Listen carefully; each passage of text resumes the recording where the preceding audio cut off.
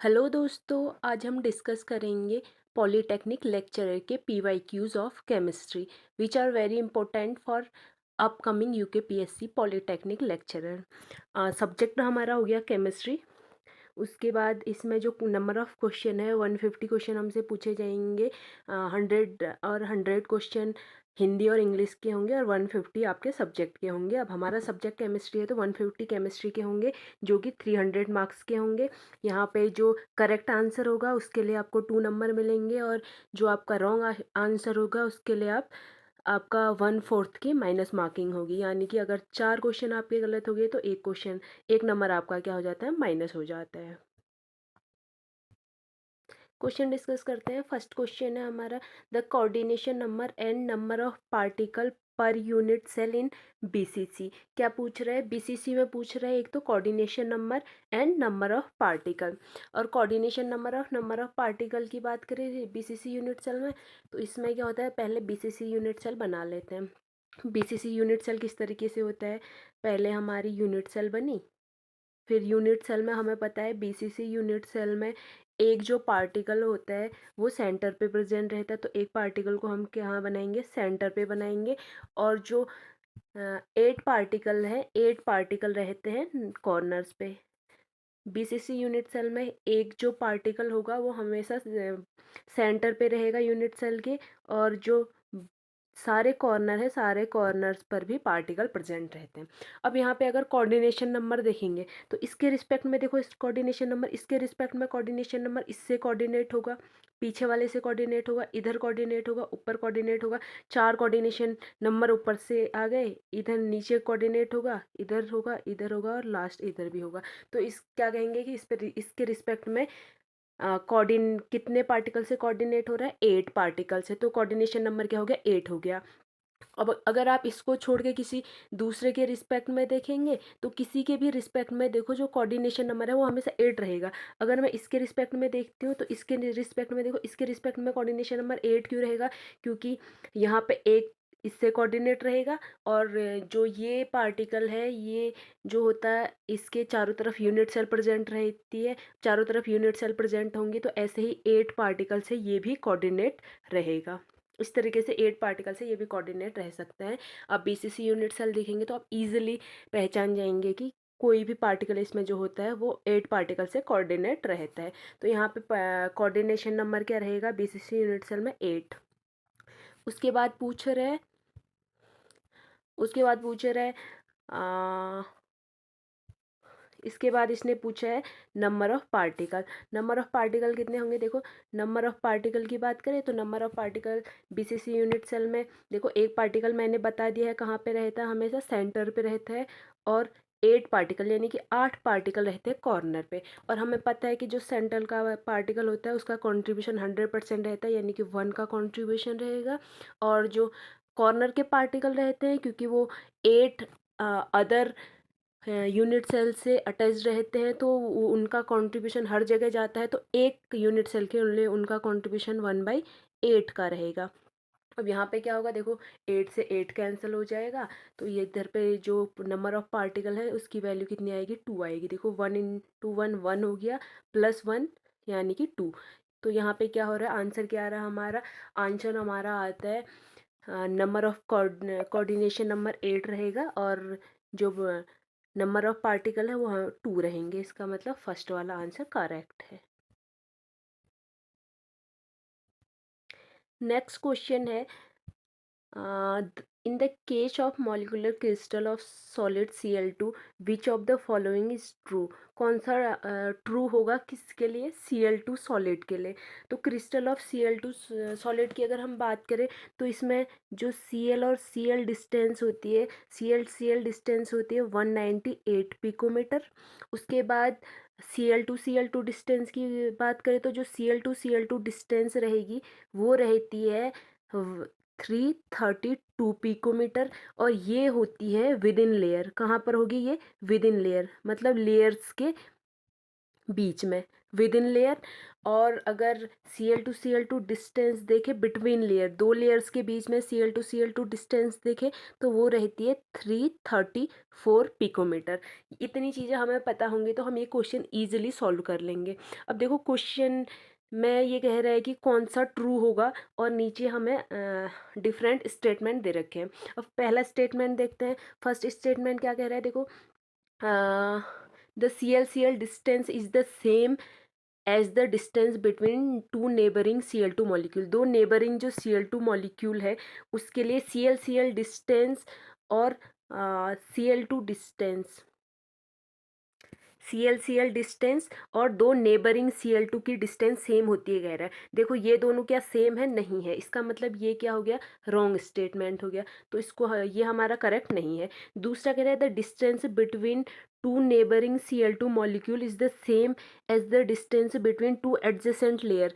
दो जो neighbouring Cl2 है यानी कि ये Cl2 इनकी डिस्टेंस, और दो जो एडजेसेंट Cl2 है यानी कि इनकी बात कर रहे हैं, जो बिटवीन लेयर की बात हो रही है यहाँ पे, इनकी जो डिस्टेंस है वो सेम है कह रहा है। ये भी इनकरेक्ट स्टेटमेंट होगा क्योंकि ये 332 है और ये 334 है। थर्ड कह रहा है the distance between two neighbouring Cl2, ये molecule is less than distance between two adjacent layer.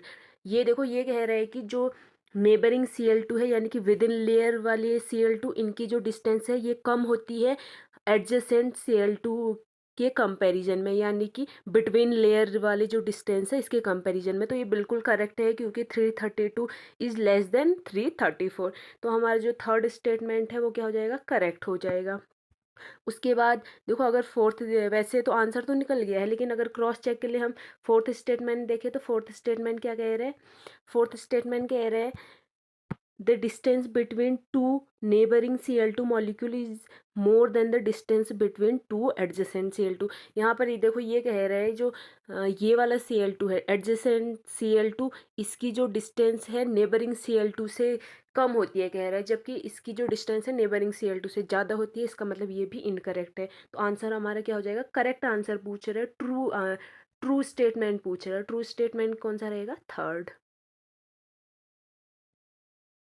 Next question है which of the following solution is the solubility of Ag plus more at 298 kelvin temperature. इस पर ये कह रहे हैं, यहाँ पे ये पूछ रहे हैं कि इनमें से किस सॉल्यूशन में जो Ag प्लस है इसकी जो सॉल्युबिलिटी है वो ज़्यादा रहेगी। तो ये कैसे, ये क्वेश्चन कैसे सॉल्व होगा, देखो यहाँ पे कॉमन आयन इफेक्ट लगेगा। कॉमन आयन इफेक्ट क्या होता है, कॉमन आयन इफेक्ट के अकॉर्डिंग अगर सेम आयन हो प्रेजेंट होंगे, सेम आयन अगर प्रेजेंट होंगे, ध्यान से सुनना, अगर सेम आयन प्रेजेंट होंगे तो वो जो है सॉल्युबिलिटी को सुप्रेस करते हैं यानी कि सॉल्युबिलिटी को रोकते हैं। सॉल्युबिलिटी को रोकेंगे तो इसका मतलब लेस सॉल्युबल होगा, सॉल्युबिलिटी क्या रहेगी, कम होगी। तो यहाँ पे देखो हमें देखना है कि सेम जो कॉमन आयन है कहाँ पर प्रेजेंट नहीं है। अब AgCl in water, AgCl in water में तो खुद AgCl डाला जा रहा है। अगर थर्ड देखें तो AgCl इन 0.1 मोलर KCl। देखो यहाँ पे जो AgCl और KCl है इसमें Cl माइनस जो है कॉमन आयन है, इसका मतलब जो Cl माइनस है इसकी सॉल्युबिलिटी को सुप्रेस करेगा यानी कि सॉल्युबिलिटी को डिक्रीज करेगा। उसके बाद AgCl इन 0.1 मोलर Ag2SO4। यहाँ पे क्या होगा, जो Ag है वो कॉमन आयन है, इसका मतलब Ag प्लस इसकी सॉल्युबिलिटी को सुप्रेस करेगा। तो अगर ये जो तीनों ऑप्शन है ये तो क्या हो गए, इनकरेक्ट हो गए। लेकिन अगर हम सेकंड ऑप्शन को चेक करें तो AgCl इन KNO3, KNO3 में AgCl डाला जा रहा है, तो यहाँ पे AgCl और KNO3 में कोई भी कॉमन आयन, कोई भी क्या है, कॉमन आयन नहीं है। कॉमन आयन नहीं होंगे तो इसका मतलब ये क्या होगा, यहाँ पे AgCl ईजिली सॉल्युबल होगा और इसकी सॉल्युबिलिटी सबसे ज़्यादा होगी। तो यहाँ पर आंसर क्या रहेगा हमारा, second, AgCl in 0.1 molar KNO3 solution.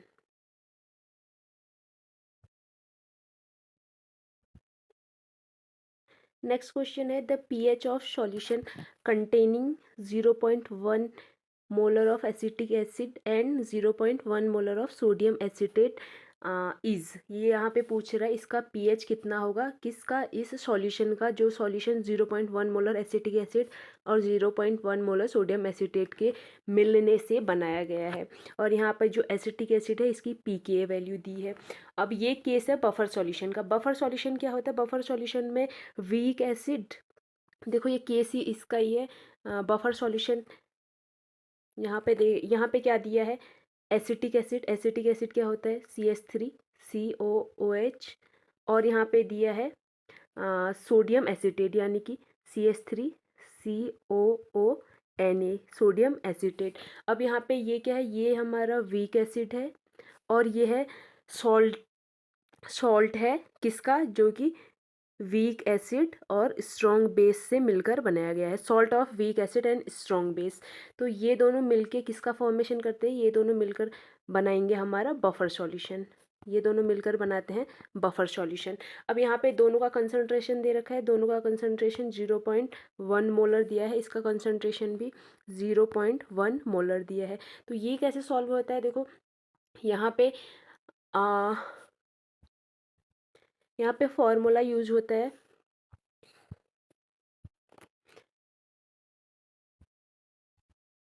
यहाँ पे फॉर्मूला यूज होता है pH equal PKA, pH equal PKA plus log salt, concentration of salt upon concentration of acid, concentration of salt upon concentration of acid. यहाँ पे देखना अगर इन सब की वैल्यूज़ रखी जाए तो वैल्यूज़ हम देखें, पीएच हमें निकालना है। पीएच तो क्या करना है? हमें निकालना है। पीके की वैल्यू दी है 4.74, पीके की वैल्यू 4.74 दे रखी है क्वेश्चन में, प्लस लॉग, लॉग हमारा रहेगा ही। अब कंसंट्रेशन, सॉल्ट का भी कंसंट्रेशन और एसिड का कंसंट्रेशन दोनों ही दे रखा है 0.1 मोलर। एसिड का भी कंसंट्रेशन कितना दिया है? 0.1 मोलर। अब दोनों का कंसंट्रेशन सेम है, हम क्या करेंगे? इससे ये कैंसिल हो जाएगा 1 टाइम, तो यहाँ पर वैल्यू आ जाएगी log 1। इसकी वैल्यू कितनी आ जाएगी? log 1 आ जाएगी। सामने का एज इट इज़ रहेगा, मतलब आगे का जो है एज इट इज़ रहेगा। अब इधर अगर मैं pKa की वैल्यू निकालूँ तो फॉर्मूला इरेज कर देती हूँ, आप लोगों ने नोट कर लिया होगा।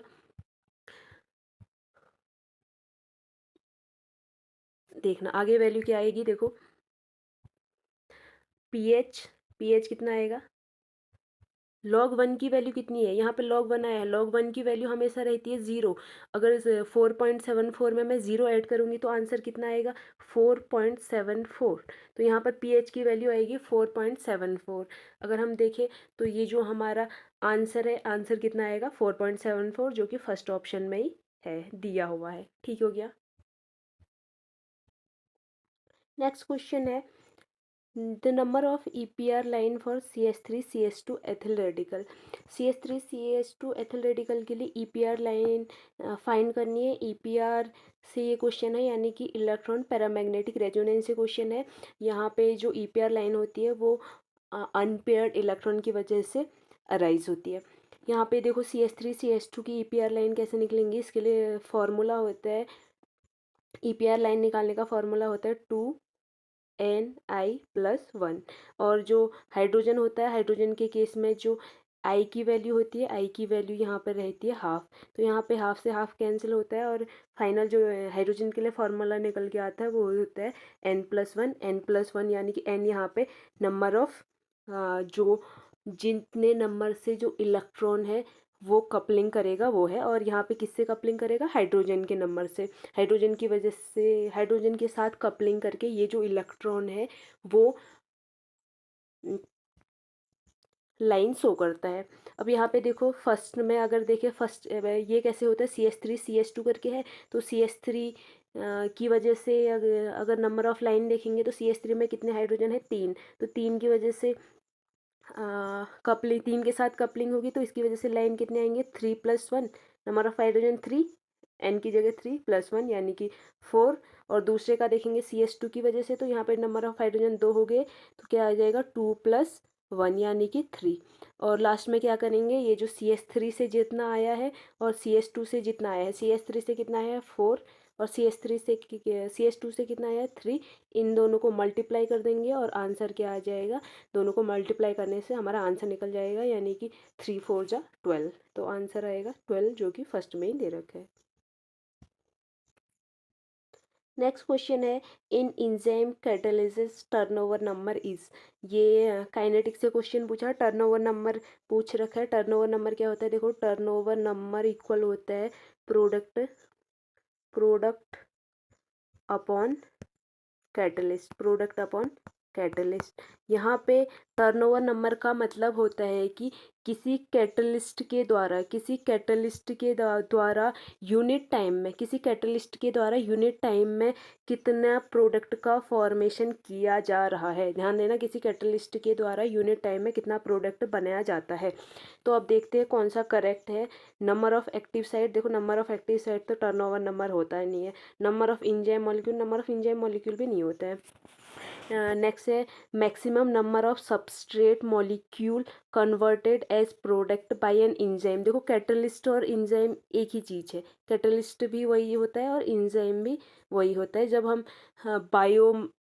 बायोलॉजी में बात करते हैं या बायोमोलिक्यूल्स में बात करते हैं तो हम कैटलिस्ट को ही क्या कहते हैं, एंजाइम कहते हैं। तो यहाँ पे क्या होगा, number of substrate molecule converted into product bye enzyme molecule per unit time. हमने यही तो कहा, कोई कैटलिस्ट यानी कि कोई एंजाइम कितना प्रोडक्ट बनाता है किसी यूनिट टाइम में, तो ये क्या होगा, करेक्ट होगा।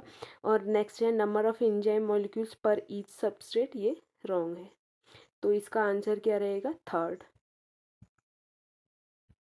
नेक्स्ट क्वेश्चन है which of the following is unaffected in catalysis. Catalysis यानी कि कैटलिस्ट के द्वारा होने वाली रिएक्शन जो होती है उसमें इनमें से कौन अनइफेक्टेड रहता है। देखो जब कैटलिस्ट, नॉर्मली क्या होता है, नॉर्मली हमारी कोई रिएक्शन प्रोसीड हो रही है, यहाँ इस तरफ हमारी रिएक्शन प्रोसीड हो रही है, ऊपर की तरफ एनर्जी है, तो नॉर्मली क्या रहता है कि कुछ एक्टिवेशन एनर्जी रहती है जिससे रिएक्टेंट जो होता है प्रोडक्ट में चेंज होता है। लेकिन कैटलिस्ट क्या करता है, कैटलिस्ट हमारा इस पाथ को छोटा कर देता है। अगर हमारा कैटलिस्ट पॉजिटिव कैटलिस्ट है जो रिएक्शन की रेट को इंक्रीज कर रहा है, उसकी बात कर रहे हैं, तो वो क्या करेगा, रिएक्शन की रेट इंक्रीज कैसे करेगा, इस पाथ को छोटा करके। तो ये जो एक्टिवेशन एनर्जी है इसको कम कर देता है और इस तरीके से प्रोडक्ट का फॉर्मेशन कर देता है। तो ये जो है ये एक्टिवेशन एनर्जी है, ये एक्टिवेशन एनर्जी है in the presence of catalysis, ये कैटालिसिस की प्रेजेंस में है। और ये जो एक्टिवेशन एनर्जी है ये in the absence of catalyst की प्रेजेंस, ये कैटालिस्ट के अब्सेंस में है, in the absence of catalyst, catalyst की अब्सेंस में हो गया। अब यहाँ पे ध्यान देना, जो एक्टिवेशन एनर्जी है वो तो क्या हो जाती है, कम हो जाती है, और रेट क्या हो जाता है, बढ़ जाएगा। रेट कैसे इंक्रीज होगा, देखो पहले इस प्रोडक्ट को लंबे पाथ के थ्रू, इस रिएक्टेंट को लंबे पाथ के थ्रू प्रोडक्ट में चेंज होना पड़ रहा था, अब लंबे पाथ के थ्रू प्रोडक्ट में चेंज होगा तो टाइम लगेगा प्रोडक्ट बनने में। लेकिन अब कैटेलिस्ट डालते ही इसने रिएक्शन का पाथ छोटा कर दिया, इसका मतलब रिएक्शन जल्दी होगी, यानी कि रेट ऑफ रिएक्शन इंक्रीज होगी। तो रेट ऑफ रिएक्शन क्या होगी, रेट ऑफ रिएक्शन इंक्रीज होगी, इसका मतलब अफेक्ट हो रही है। एक्टिवेशन एनर्जी, देखो एक्टिवेशन एनर्जी कम हो गई, एक्टिवेशन एनर्जी डिक्रीज होगी, इसका मतलब ये भी अफेक्ट हो रही है। लेकिन अगर हम इक्विलिब्रियम कांस्टेंट की बात करेंगे तो इक्विलिब्रियम कांस्टेंट पर इस कैटालिसिस का कोई इफेक्ट, इस कैटालिस्ट का कोई इफेक्ट नहीं पड़ता है। तो यहाँ पे जो इक्विलिब्रियम कांस्टेंट है वो अनइफेक्टेड रहेगा, बाकी चीज़ें अफेक्ट होंगी, तो बाकी हमारे आंसर नहीं होंगे। नेक्स्ट क्वेश्चन है आइसोएस्टर एंथैल्पी ऑफ एडजॉर्प्शन इज। देखो आइसोएस्टर जो वर्ड है, आइसोएस्टर वर्ड यूज़ किया जाता है फिक्स्ड सरफेस के लिए। किसके लिए यूज़ किया जाता है, फिक्स्ड सरफेस के लिए। जैसे फिक्स्ड टेम्परेचर के लिए हम यूज़ करते हैं आइसोथर्मल, फिक्स्ड प्रेशर के लिए हम यूज़ करते हैं आइसोबेरिक, उसी तरह फिक्स्ड सरफेस के लिए यूज किया जाता है आइसोएस्टर। तो यहाँ पे क्या होगा, आइसोएस्टर ही पूछ रखा है, इसका मतलब फिक्स्ड सरफेस की बात होगी, तो क्या होगा, standard enthalpy of adsorption at fixed surface, यही हमारा करेक्ट आंसर होगा। फिक्स्ड टेम्परेचर ये नहीं होगा, प्रेशर ये भी नहीं होगा, standard enthalpy of adsorption at fixed adsorbate ये भी नहीं होगा। आंसर क्या रहेगा, standard enthalpy of adsorption at fixed surface. Next question है the adsorption isotherm useful for multi layer adsorption. Multi layer adsorption के लिए कौन से एडजॉर्प्शन आइसोथर्मिक जो होता है यूज़फुल होता है, किसकी हम बात करते हैं। तो अगर लैंगमियर एडजॉर्प्शन आइसोथर्मिक की बात करें तो ये तो होता है मोनोलेयर के लिए। किसके लिए होता है? मोनोलेयर के लिए। ये मोनोलेयर के लिए होता है। और अगर हम बात करें फ्रेंडलिच आइसोथर्म ऑल्सो किसके लिए होता है? फ्रेंडलिच आइसोथर्म की बाद में हम सिर्फ मोनोलेयर के लिए करते हैं। लेकिन जो बेट आइसोथर्म इक्वेशन है ये होता है मल्टी लेयर के लिए। किसके लिए होता है? मल्टी लेयर के लिए। और हमसे पूछा किसके लिए है? मल्टी लेयर के लिए ही पूछ रखा है, तो हमारा आंसर भी बेट आइसोथर्म इक्वेशन ही होगा। बाकी के तीनों क्या होंगे? इनकरेक्ट होंगे। नेक्स्ट क्वेश्चन है the plot of pressure versus temperature for a given adsorption is called.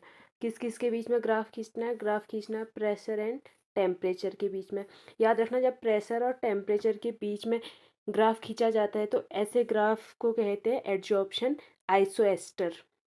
अगर देखो, अगर प्रेशर कांस्टेंट हो, यहाँ पे ऐसे ग्राफ में प्रेशर भी वेरी करेगा और टेम्परेचर भी वेरी करेगा। लेकिन अगर प्रेशर कांस्टेंट होता है, प्रेशर कांस्टेंट होगा तो उसको कहेंगे एडजॉर्प्शन आइसोबार। अगर टेम्परेचर कांस्टेंट होगा तो ऐसा जो ग्राफ होगा उसको कहेंगे एडजॉर्प्शन आइसोथर्म।